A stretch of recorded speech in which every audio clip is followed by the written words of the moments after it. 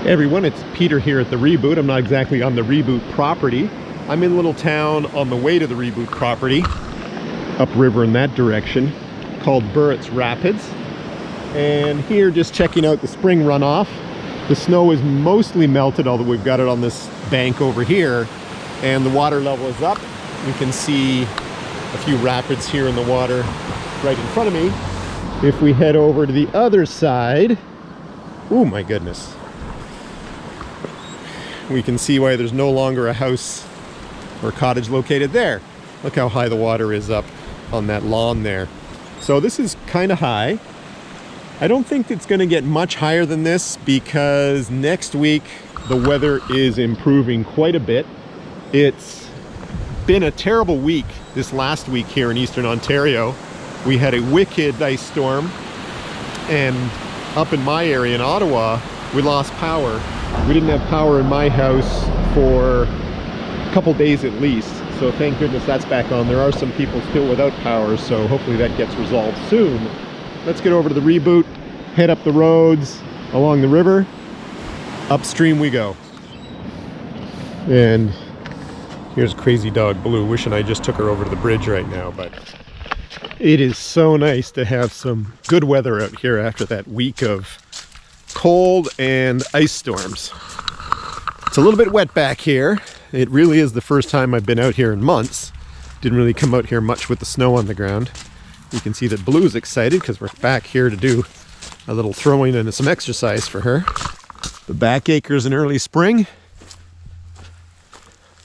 It's a little brown out here without any leaves or summer vegetation. Go! Here's a little bit of exercise for Blue. All right, and go.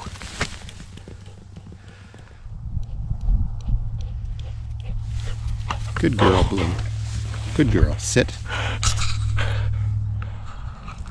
Okay, let's head into the Red Barn, my big shop I built here.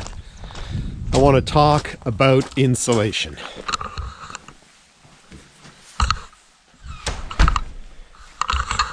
The insulation project, for those who've been following the channel, has been going on for the better part of a year, if not longer. So I want to talk to you about the different types of options you can get into if you plan on building yourself or have a pole barn post frame structure built for you. So here's some things to think about. The different options you have available include spray foam, closed cell I think is the one that's recommended. Rigid styrofoam insulation of obviously various thicknesses, and the one that I went with are these rolls of insulation, and mine came with the vapor barrier backing already attached. You can order them that way if you can find a company that does that. Not easy to do because a lot of the metal buildings that you can order today on the market, you know, it comes with everything included, turnkey solution essentially, meaning that the people that supply this type of insulation do it through those kinds of packages. I found it actually kind of difficult to source and purchase this kinds of insulation. Okay, so the pros and cons, as I understand them, for insulating a pole barn using those three main types of insulation. In terms of the closed cell spray foam, that probably gives you the best sealed envelope for your building.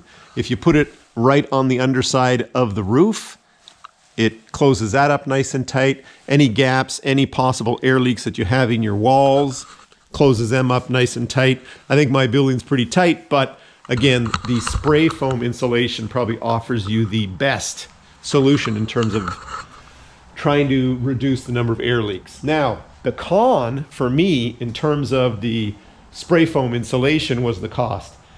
About 2.5 years ago, I had it quoted for the building, and I believe it was around $12,000.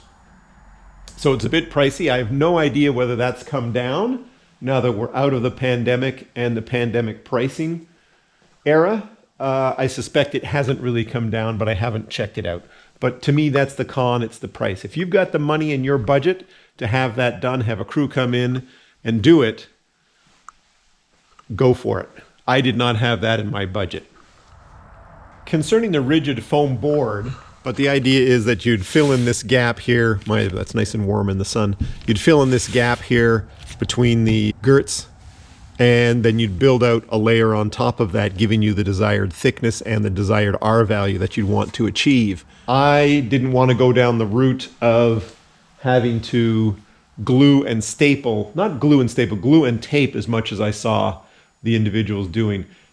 I think it's a very good solution. You can get up to the R values you want. In terms of the cost, I don't know if that's a con or not. It might have been easier to install when I compare it to what I'm going through with these big rolls, these blankets of insulation, but I'll come to that in a second. Okay, so as I mentioned earlier, I went out and ordered these blankets, these rolls of insulation, fiberglass insulation, and I've been installing them, like I said, over the last year and a half here in my pole barn.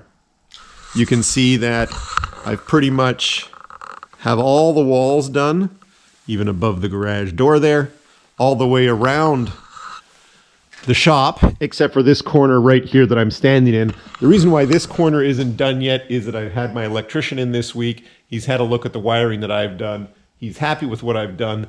It's now time for him to come in and start to put the panel in place, get a mast in place, and that's going to coincide with the installation of the pole outside and bringing the wire in from the hydro on the road. Okay, let's lay down one of these rolls because I want to show you some information that comes with the packing. Where is it? There it is. We'll come over to this side. So each one of these rolls has one of these stickers on it. So these are the ones that go in the wall. So as you can see, these are each, when you roll them out and they start to expand into position, they're 6 inches thick, giving you an R20 in the wall, and 48 inches wide, 11.5 feet tall. And as you can see here, I ordered mine from this company called Crossroads International Distributors and Fabricators. If you go online to cci.com or look that up, you'll see where they have offices and manufacturing facilities around North America, if I understand it correctly. And they manufacture these in Ontario. I don't know if they do. They have a facility here in the Ottawa region. I'm not sure if they manufacture these in Ottawa or not, but you can call directly, tell them the size of the building that you're looking for, and they'll help you calculate how many rolls and the thicknesses, etc., and the type of backing, because I have one of the lighter types of backing that you could have on there.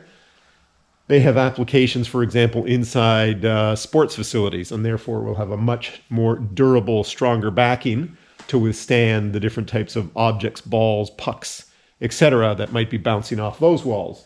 Okay, so that's the information about the rolls that are in the wall. And to give you an idea, this is what, again, this is a piece cut off of one of those rolls, one of those pieces that goes in the bay on the wall.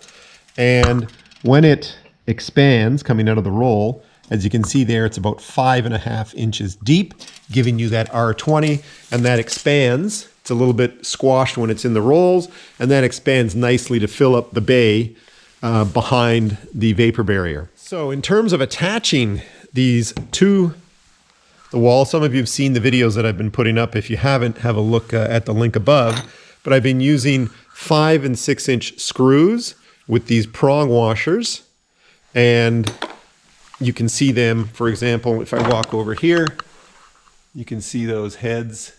So you drill those in, you mark where you want your screws to go in, hitting your girts, and then there's also this tape that you use to seal the joints between the rolls that you put in. Now, I have not done most of the taping in terms of the rolls that I've installed to date. This does not bond well in cold weather, so I'm going to wait for it to warm up before I start to seal those joints between the various rolls. Now, let's head down the side here and have a look at the rolls that are going to go in the ceiling. The ceiling insulation, 48 inches wide. These are 32 feet, 6 inches long. They're 8 inches thick with an R value of 26. So I've got 20 in the walls, 26 in the ceiling. It's not as much as you would get in a house, for example. You'd want to get more insulation in both the walls and the ceiling in a house. This is a shop, it's a garage. So I was comfortable going with those insulation R values inside my shop here. Those roof rolls, ceiling rolls, when installed will be 8 inches thick. So another 2.5 inches, maybe they'll be 7.5, but approximately 2.5 inches thicker than what's in the wall. That's going to be a bit of an undertaking getting those up in there between the trusses, and may have to bring a friend in or hire a crew to help me do that one. We'll get there. That's going to be delayed a little bit now because, again, the electrician's going to come in, run some additional electrical wiring for some heating system that I'm going to have installed in here. So step by step, it's coming along. I went with these blankets, rolls of insulation with the vapor barrier backing already attached. Went with this company called CCI or CC International. A little challenging to install. The rolls themselves are a little heavy, which is why I think the ceiling installation is going to be a challenge as well. Probably the easiest one to do. I haven't done it, but it can't be that hard installing the foam board. Tedious, a lot of foam board to cut and install, but again, I think most people would be able to do that and have a successful result in the end. And these rolls of insulation, both for the walls and the ceiling, cost me a total of 5,000 Canadian. With tax, bang on, 5,000 Canadian for the whole package. I ordered them, and a few weeks later, guy rolled up with a truck, unloaded them, and we tossed them here in the shop. Okay, for the next few minutes in the video here, what I want to do is show you the footage I took in terms of insulating the header area above the garage door, making it nice and insulated.